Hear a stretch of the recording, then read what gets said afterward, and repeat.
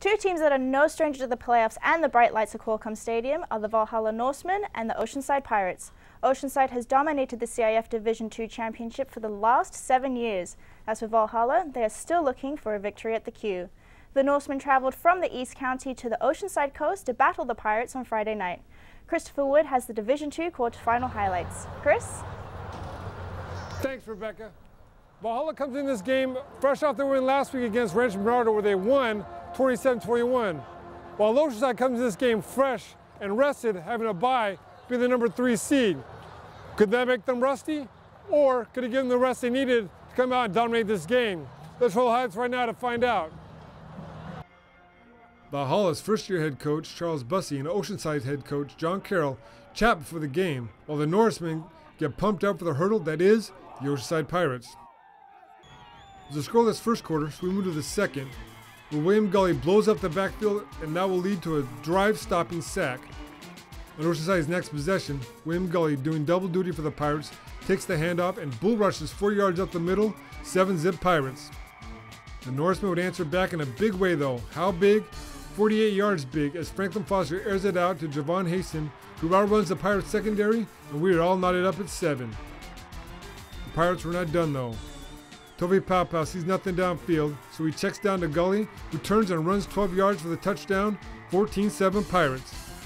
Later, with just 13 seconds left before halftime, Fernando Lazares bombs a 46-yard field goal, and the Pirates go into their locker room at halftime, leading 17-7. The Pirates get the ball back to start the third quarter and engineer a 7-minute-plus drive down the 1-yard line, where William Gully scores his third TD of the game. It looked like this was going to be all Oceanside as they go up 24-7. Valhalla would not quit though. Nehemiah Brown takes the pitch and scores from 2 yards out to cut the Pirate lead to 10, 24-14. Early in the fourth, Franklin Foster takes to the air again.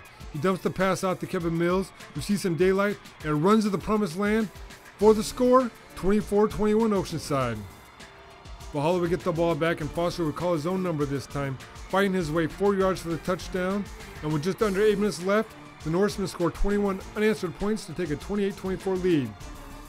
The 8-time defending D2 champs wouldn't quit. On a crucial 3rd down and 10, Tovi Paupau is going to look for an open receiver, and look, scramble around, and finally, in desperation, throw it up for grabs, where Michael Holder grabs it over the defender's outstretched hand, and with the Pirates cheering section going crazy, run all the way down to the 7-yard line. 2 plays later, with under 5 minutes left, Ironman William Gully takes the handoff and muscles his way in for the score to put the Pirates back on top, 31-28. The Norsemen would answer and march it down to the Pirates' 12-yard line, where they decided to go for the win. With 11 seconds left, Foster throws a fade pass into the corner of the end zone, but Jermaine Calhoun intercepts the pass to preserve the Pirates' victory.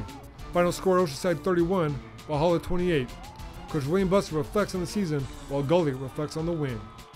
You know, it was a great season. I mean, I guess overall we were at 10-4, something like that. You know, ups and downs, but our guys continued to fight, and you know, in our losses, they were games just like this. I mean, we were right there to the end. Just they made a play, we didn't make a play. I mean, that's how it comes down to it sometimes. I'm just thankful that we got it done. I'm happy that we get to play next week, and I'm excited to see where we can go with this. In arguably what might have been one of the greatest football games ever played, and I'm not exaggerating, just a great effort by Valhalla to come back, but Oceanside takes this one. They'll now face La Costa Canyon next Thursday in the Division II semifinals. Now, as you know, Oceanside and La Costa are both in the same league, and Oceanside lost to La Costa 21-16 in Week 8. So it'll be interesting to see how they match up in that semifinal game. Right now, I'm going to send it back to you guys at the PSL Studios. Thank you, Chris. Valhalla almost got that win over Oceanside, but the Pirates now go on to face La Costa Canyon, and as Christopher said, they already lost to them in Week 8. Well, first of all, great comeback for the Norsemen with the 21 unanswered points, and I don't blame them for going for the win. You can't put the ball in Tovi Paupau's hands in overtime. Him and the Oceanside Pirates would have found a way to win. I mean, they're that good, really. They are really that good. And second, LCC, what do you make of the LCC Oceanside game? You know, La Costa had trouble getting into the Westview game, and they didn't have much of a spectacular win over Oceanside, so I think the Pirates are going to take it this time. They're used to the playoffs, they're used to Qualcomm, so they know what's up. I pick Oceanside as well, but La Costa Canyon's going to give them a run for their money, just like Westview did. Definitely. So now the Westview LCC game, that was one heck of a game. Definitely. So this one should be good too. Yep.